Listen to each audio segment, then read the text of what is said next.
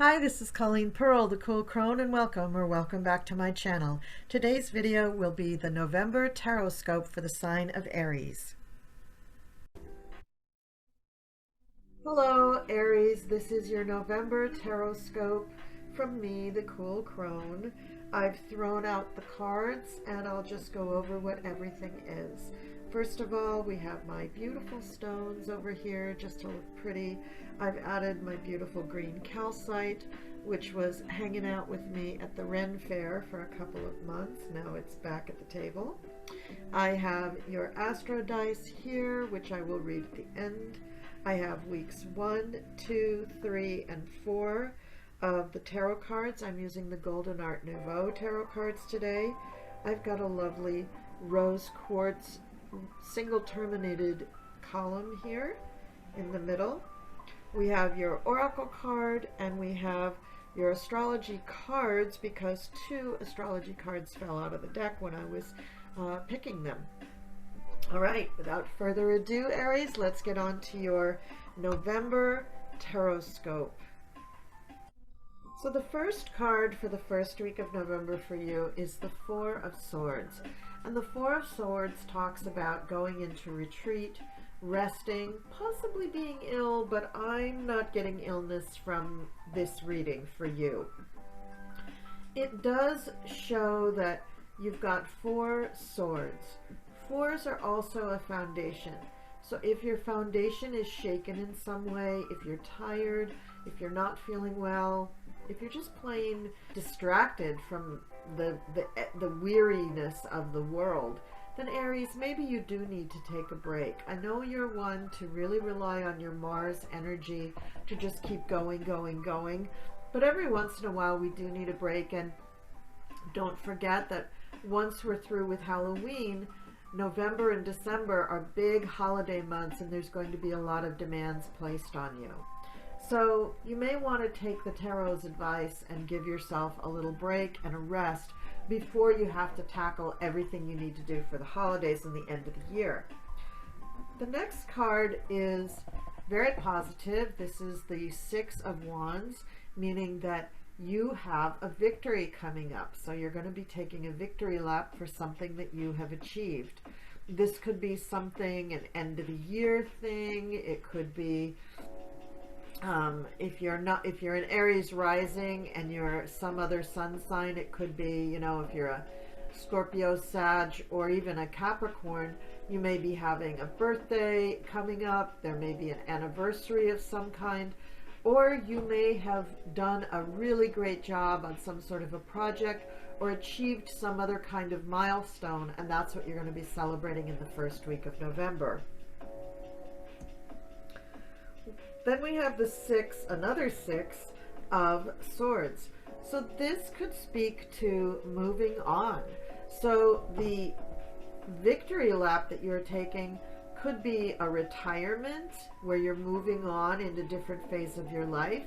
It could be that you've finished a particular role in your career and you're moving to a different role, not necessarily retirement, but just moving into a different position with maybe a different company, or maybe you're starting a new company, but you're moving on. And so this 6 of Wands takes on a much different meaning when it's right next to the 6 of Swords. So I'm seeing that you're going into something new where it will be maybe less stressful for you, and maybe because you had the 4 of Swords, the card for pulling back and recharging your batteries, maybe the environment that you're moving on to is one where it will be much less stressful and you will be able to function at a higher level. The second week begins with the 8 of Swords. So apparently whatever you moved on to wasn't super unstressful because you're feeling stressed. You're feeling bound in, you're feeling like you don't see which way to turn, you're not quite sure what to do. Your mind is cluttered with feelings of being bound up. But look closely at the card. The woman is not bound that tightly. she could easily, you can even see her hand poking out from behind her back. She could easily unbind herself and remove her blindfold and be able to go forward. So Aries, I'm going to say that this is a moment of confusion for you, that you're not sure how to get out of this bound position, but for some reason you're feeling really hemmed in. And the next card is Judgment. So you're not only feeling hemmed in, but you're feeling judged for whatever it is that you're doing or not doing.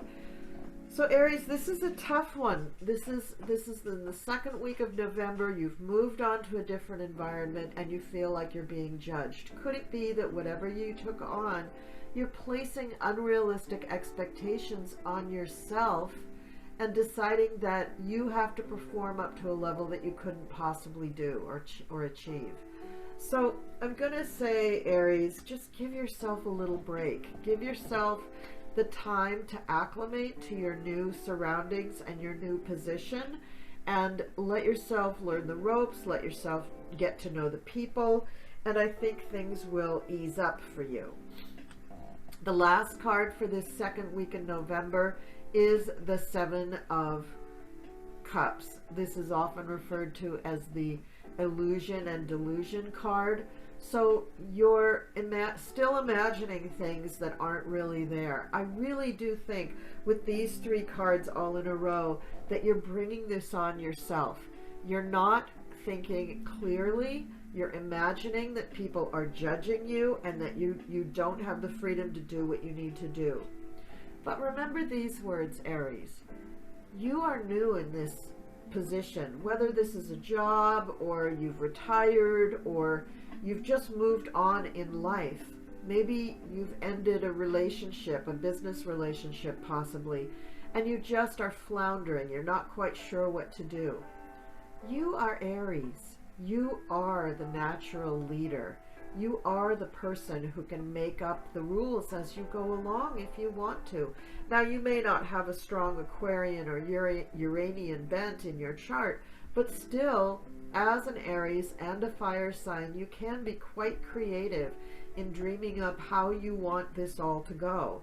So rather than relying on, delusional things that other people are offering you, look into your own mind and see how you want this to go. See how you want your life to be led, and then go that way. Use it. Go do what you need to do. Now, the third week of the reading, we're starting to see here a few major arcana. So the third and fourth weeks of November are going to be really important weeks. We start out the third week with the 10 of Pentacles, the legacy card.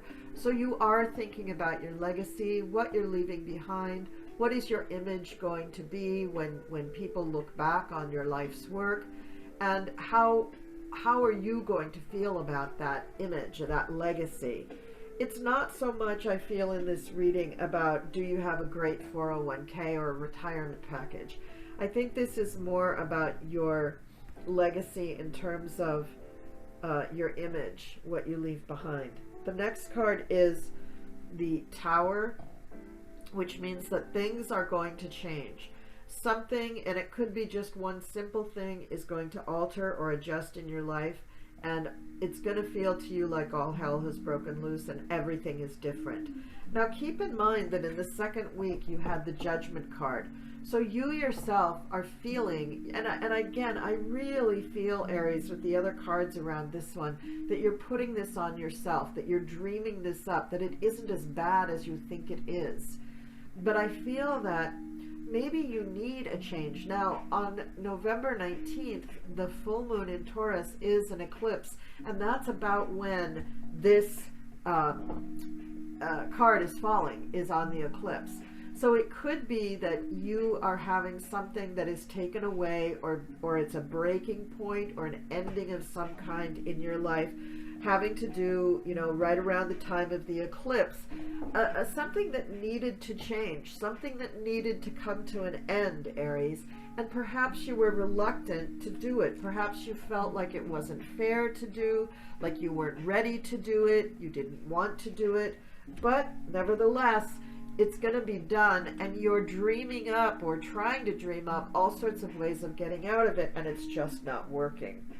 The card that follows the Tower is the Hierophant. So here is somebody who knows the rules, makes, the most of the rules.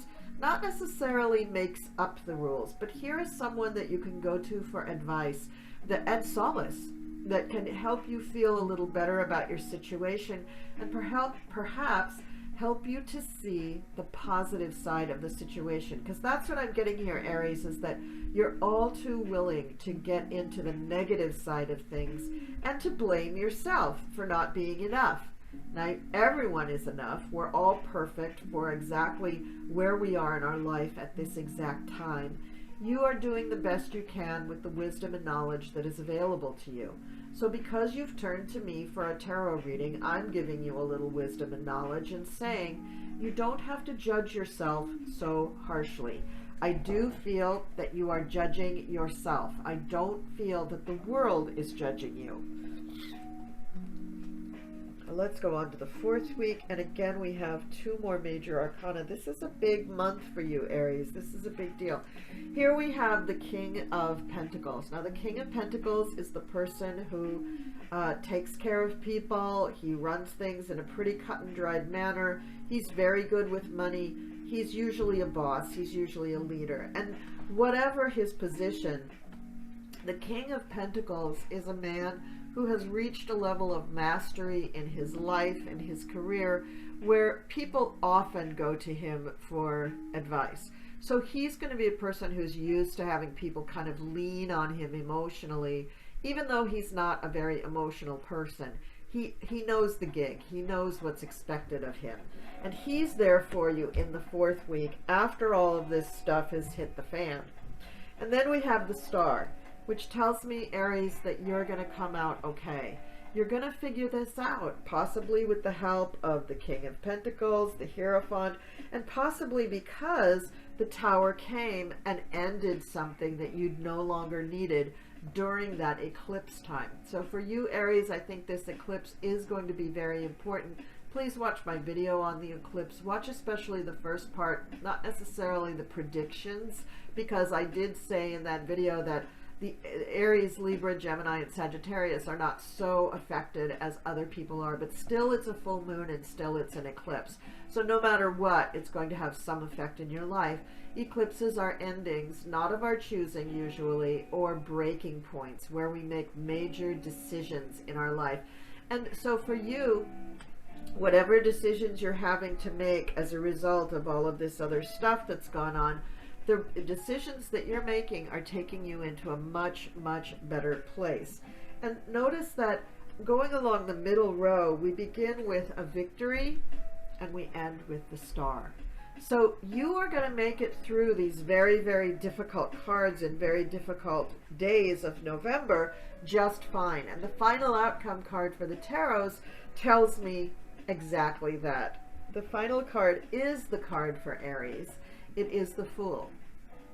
The Fool is the person who decides to strike out on their own. Remember, I told you, dream it up in your head, plan your life the way you want it to be, and that's what you're going to end up doing, Aries. Now, you may have needed the push from the Tower in order to get there, and that might have been a little frightening for you, a little scary, and difficult emotionally in that second week where you really felt like everything was against you. But still in all, you are able to come out of this as the Star, and you are able to start your own journey where it is that you want to go in your life. So this is you planning the next phase of your life in a much more balanced way, in a healthy way, in a way that puts you at the center as the Star. And that's the way for you, Aries. That's the way it should really be. Now let's look at your oracle card, which is Saraswati. Saraswati is the arts. She represents the arts, specifically music, but all arts. So I'm going to say, Aries, if you're not a closet musician or a regular musician, if you're not a person that really like sings or does a musical instrument or anything, find some kind of creative expression, writing, dancing, bowling, you know, whatever it is that gets you more in touch with your body and creativity. That's what you really need, Aries. You need to expel that creative energy in a positive way and for your highest good. And since you're going to be acting as the Fool and taking the Fool's journey, this is the perfect time to figure out how to express yourself, because you're going to have plenty of time by yourself to figure out what it is that you want to express to the world. And then let's look at the astrology cards that came out. First we have air, the element of air. This is all about communication and expression and goes really well along with the Saraswati card. So you are expressing yourself, you're figuring out ways to express yourself. This can also indicate travel, specifically air travel, but in times of COVID, maybe not so many people are doing air travel, but still, this is telling you that you have a voice and the world needs to hear it. That's the basic message of this. So whatever form of communication you need to do, do it. And it doesn't have to come out perfect the first time. When I'm doing, say, scripts for a video or writing something for my job, I spend a lot of time getting through my thoughts in drafts, and when I finally bring it down to the final product, it's usually very different than what I started out from, but it does reflect my wishes and my messages. And the extra astrology card that we got is very interesting. It's Pluto Transformation. So what we have here, Aries, is an expression of what you will have gone through by the end of November. You are transforming. You're literally moving from one environment to the next as far as, I don't know if it's your job or relationship or just stages of life go, but you are definitely moving on to something different, and you are transforming. You're judging yourself, you're thinking that this is not right, how can I possibly do this? Then the universe steps in, and again, this is probably during the eclipse, and says, well, you have to change. You have to change in order to grow. And you get that tower moment, and then in the end, you are transformed into the star, and you take your Fool's journey. Now, along the way, you have some help from some friends. You've got the Hierophant and the King of Pentacles. But this Pluto transformation is what I want you to keep in mind, Aries, because you can change. No matter what age you're at, no matter what stage of life you're at, you can change and grow. And this is a month that's going to show you that. The Astro Dice come in terms also really emphasizing communication. They have Virgo and Mercury. Now, Mercury happens to rule Virgo, so I'm holding them up together. Mercury and Virgo go together, but Mercury is the planet of communication. And even though it's not affiliated with the air signs, it's affiliated with an earth sign, Mercury, this tells me that all the little details that you're going to be looking at, and Virgo is details, are going to help you feel very solid and proud and stable about the ideas that you're going to use to embark on this new journey in your life. We also have the card, or the dice, for number 5, and that's your 5th house. And this tells me that you are going to enjoy what you're doing, and this Fool's journey that you're going on is going to be so full of love and joyful. So Aries, it is a rough month, but it's a necessary one, and you are going to have a great time going on this journey.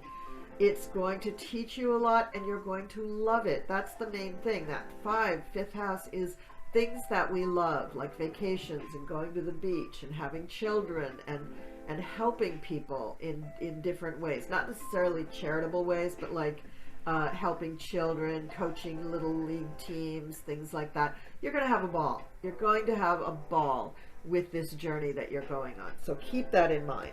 Okay, Aries, that is the wrap up for you. That's your November Taroscope. Please leave me some comments down below and let me know what hit the mark and what you thought about it. And I will see you next time.